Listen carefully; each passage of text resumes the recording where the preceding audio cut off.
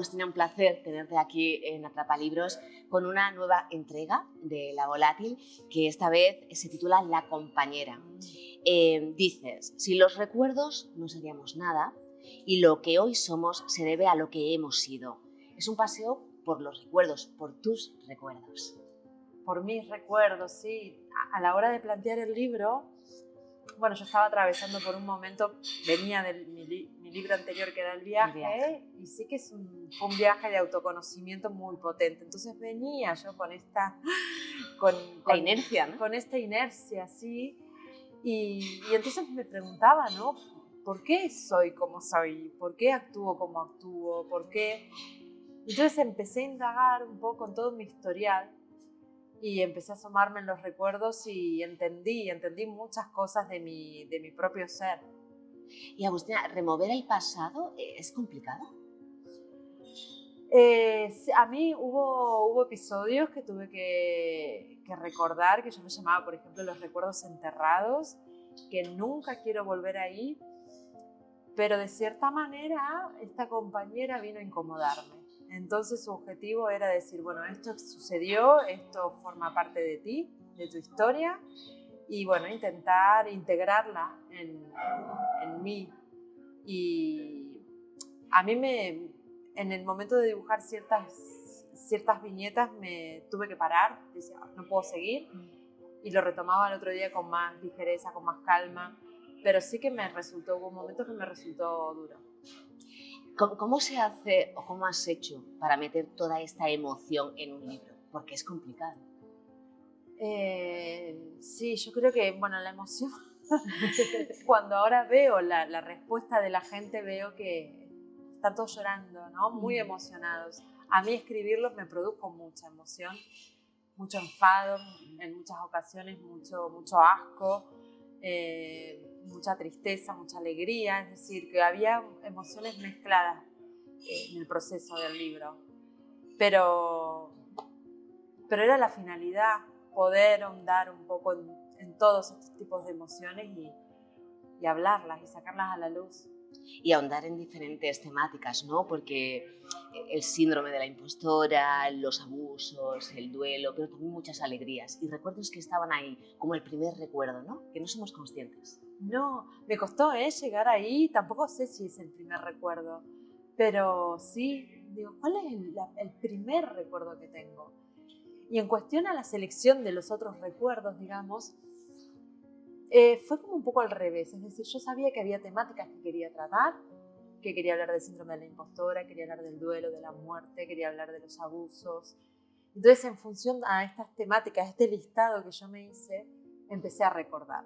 Entonces, haciendo este proceso me resultó más fácil poder darle forma al libro. ¿Y quién es la compañera que te va acompañando y sirva la reiteración en todo este trayecto?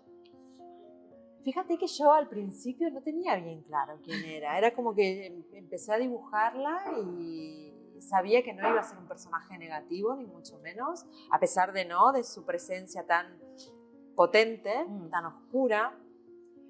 Pero yo considero que es como mi otro yo, sabio, ¿no? Que viene a mostrarme cómo fueron las cosas, como que viene a ayudarme a conocerme y a despojarme un poquito de la culpa e intentar entender y abrazar mi pasado. En todo este camino, ¿no?, que transitas desde tu nacimiento, antes de tu nacimiento, me gusta mucho el inicio donde están tus padres, ese tránsito también del cambio de la ciudad al campo, ¿no? Buscando pues una vida más placentera, que no tuviesen la sensación de estar en una cárcel. Están encerrados, como Sí, para mí me parecía importante el contexto en el que yo me gesté, porque si bien yo no había nacido, me parecía importante la historia, el entorno en el que de cierta manera crecí, y bueno, en una dictadura de Argentina, también para dar a conocer que mi familia siempre fue partidaria de buscar la felicidad, si se quiere, ¿no? O dónde sentirse mejor y no tener miedo al cambio. Y si nos tenemos que mover, nos movemos. De hablar de las buenas decisiones, ¿no? Que se tomaron. Y de la valentía, ¿no? Y de la valentía, exacto. También me pareció, para mí, ¿no? Como arriesgado el hecho de que hay una introducción muy extensa y donde el personaje no está, donde la volátil no está. Y fíjate, me sentí muy cómoda, que me hace plantear de decir, ¿qué puede venir luego, no?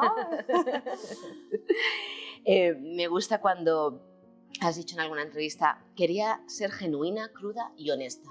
Porque claro, hay recuerdos que son más amables y recuerdos, como hemos dicho, que cuesta decirlos o contarlos o revivirlos. Y temáticas que se deben de tratar, aunque no sean muy agradables. Sí, bueno, por ejemplo, el tema de los abusos sexuales, yo quería tratarlos. De hecho, muchas de estas historias que cuento en el libro, poca gente las conocía, sobre todo la que sucedió en Menorca. Pero yo quería plasmarla, quería hablar sobre ello porque siento que tengo una herramienta muy potente y también para ver un poco qué diferente, ¿no? Que hubiese sido todo hoy en función, si me hubiese pasado lo mismo. Hoy no hubiese actuado de la misma manera, hoy hubiese hecho algo, porque hoy tengo información, hoy siento que tengo más voz, como mujer, ¿no? Independientemente de mi profesión. Pero bueno, en ese momento no hicimos nada.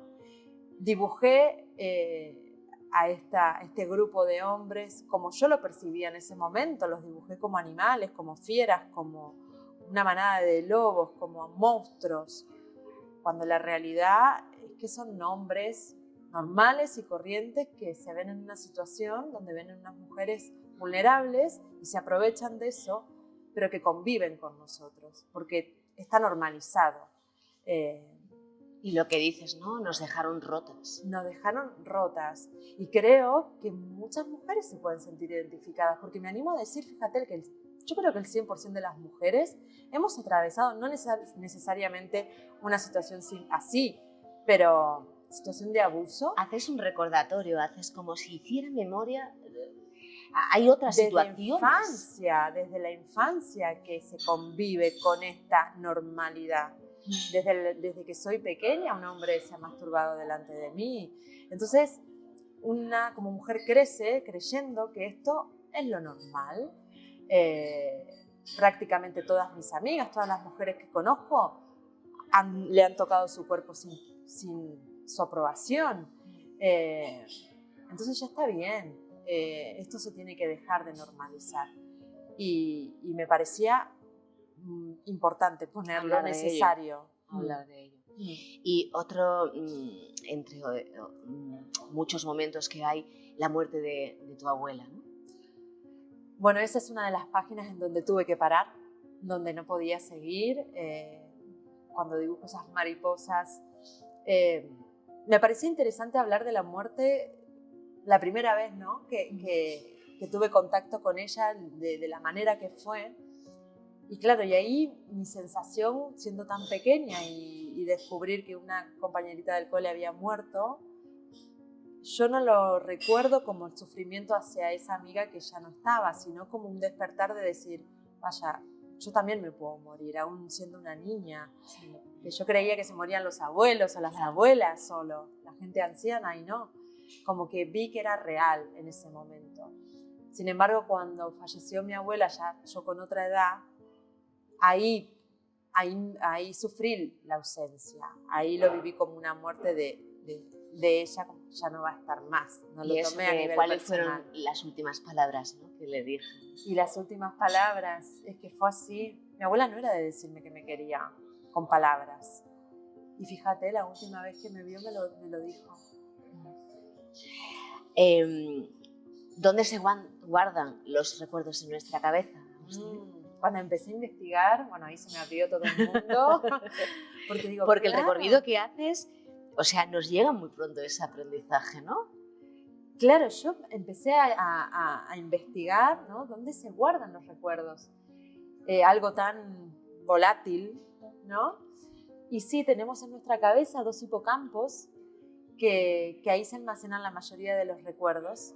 Claro, cuando yo leo que son 2 hipocampos, y dije, ¿puedo haber algo más hermoso que dibujar un caballito de mar? Y dije, bueno, las voy a subir un caballito de mar. Entonces ahí se me abrió toda una posibilidad de crear un mundo de fantasía, de decidir un escenario donde, bueno, es el desierto, solitario, íntimo, poder sumergirme en el mar, subtreparme a árboles mágicos. Como que, bueno, hay 2 mundos paralelos. Y también caer, ¿no? Para y también buscar. caer en un pozo. Claro, me permití la fantasía pura y dura y me dejé llevar. Pero luego está la otra parte de los recuerdos, que sería lo real, si se quiere, que hasta qué punto son reales, porque son mis recuerdos y bueno, no sé si... ¿Y son nuestros o pueden ser de alguien que nos rodea cercano, como pueden ser nuestros padres, y los hacemos nuestros? Yo creo que hay un poco de todo. Muchas veces cuentan algo y digo, pero si yo estuve ahí. Y no, es que me lo han contado tantas veces que lo hago mío. Entonces, lo del recuerdo es algo que hasta qué punto no es ficción de cierta manera, porque también está tan condicionado por la emoción, que eso también hace que varíe un poco la situación, ¿no? De cómo ha sido o cómo te has sentido en ese momento. Yo intenté ser lo más honesta posible a la hora de escribir mis recuerdos, pero evidentemente estoy condicionada por toda la parte emocional de ese momento. Pero al final somos eso, ¿no? Una suma de nuestros recuerdos, es el compendio y es nuestra memoria, todos ellos juntos, el conjunto de ellos. Es que los recuerdos son todo, esto es nuestro pasado, somos sí lo que somos gracias a los recuerdos. Y yo soy partidaria de mantenerlos vivos. No solo hago fotos imaginarias, soy de las que imprime las fotos. Soy de esa vieja escuela de que necesito la foto en papel. Yo creo que eso es saludable. Sí, a mí me ayuda a mantener vigente momentos que quizás de otro modo desaparecen. Y Agustina, cuando finalizas un libro, ¿qué te aporta? Porque supongo que cada uno de ellos te va sumando a tu bagaje personal y no sé si te quita algo, ¿no? Si te quita un poquito de ti porque lo has dejado en esas páginas. No, al contrario, no me quita. A mí me refuerza como persona, como ilustradora, como autora. Tengo la sensación de que con el viaje, que es mi anterior libro, y con la compañera, estoy mostrando otra faceta del personaje. Venía con mis otros libros donde había mucho chiste, viñetas sueltas, mucho remate de chiste constante. Y ahora con estos 2 libros muestro mi faceta más vulnerable, más insegura. Quizás todos los demás eran lo que a mí me hubiese gustado ser, dependiendo de qué momento, porque yo soy más introvertida en mi vida. No soy tan alocada como el personaje. Sin embargo, ahora siento que nos estamos asimilando y a mí, más allá de que me produzca que lo dejo, me refuerza y mostrarme así, insegura, vulnerable, me hace más fuerte, más segura. Sí. ¿Y cada proyecto o cada aventura de La Volátil supone un reto? Total, porque además siempre quiero ir a más. Cuando terminé el viaje dije, uy, ahora... siento que dejé el listón muy alto, ¿cómo continúo? Y con la compañera digo, bueno, siempre me exijo más, no solo a nivel gráfico, sino a nivel narrativo, los acabados. Entro como en una especie de trance de que sé perfectamente cómo lo quiero y entro en un proceso de exigencia muy, muy heavy. ¿Y es muy solitario tu trabajo? Mucho, sí, por eso hace ya 3 años, 4 te diría, yo trabajaba en casa y hace 3 años y medio aproximadamente me trasladé a trabajar en un coworking donde tengo gente, donde me visto, me maquillo, o sea, ya no me quedo en pijama en casa. Porque en casa también me pasaba que dibujo, ay, tengo que poner la lavadora, hago la cama, muchas dispersiones. Y ahí voy a trabajar, estoy en contacto con más gente y eso me inspira, me ayuda, funciona muchísimo mejor. ¿A veces te ocurre que un trabajo, un proyecto, en este caso la compañera, da pie a otro? Sí, sí. Bueno, de hecho el viaje, en 2 páginas sale la compañera. Nos estamos abrazando, en ese momento ese personaje es como abrazaba mis propias heridas, simbolizaba, ¿no? Y una vez una chica colgó en Instagram esta imagen y la vi súper potente el dúo la pareja. Y entonces ahí, claro, es como que el viaje me llevó a crear la compañera. Ahora no sé qué vendrá. Vamos a ir terminando, Agustina, pero tus libros que al final se leen y en diferentes países llega de la misma forma, ¿no? Porque al final se está hablando de emociones y da igual a quien hables, sea de donde sea. Esto me llamaba muchísimo la atención al principio, ¿no? Que iba colgando las viñetas y tenía las respuestas. Soy de Perú, soy de México, soy de Estados Unidos y después de todo nos pasan las mismas cosas similares. Y en cuanto a la compañera, ¿quién no ha pasado, ¿no? Por la pérdida de un ser querido? ¿Quién no ha pasado por una agresión o por un abuso? ¿Quién no ha sentido el síndrome de la impostora ahí bien latente al empezar un trabajo nuevo? Creo que son temáticas que compartimos, pero que se habla bien poco. Y que si se habla, bueno, te pueden tildar de...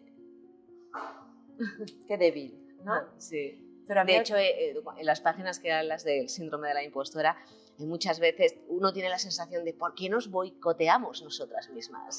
Somos nuestra peor enemiga en ocasiones. Sí, sí, pero por eso me parecía importante poner, cuando hablaba del síndrome de la impostora, poner todos estos huequitos en fila, ir asomándome para ver, ¿no? El historial y el por qué hoy tengo esta sensación. Porque he tenido una serie de sucesos, una serie de mensajes que se me han calado y que me han condicionado. Entonces, por eso el cuidado de la palabra hacia un niño, una niña, hacia un adolescente o alguien que está empezando algo, y ser consciente de para qué eres bueno y para lo que no. Vamos a cerrar con 3 preguntitas en una. Un momento que quieras recordar para siempre, uno que quieras olvidar y nuevos recuerdos que quieras crear. Uno que quiero recordar para siempre,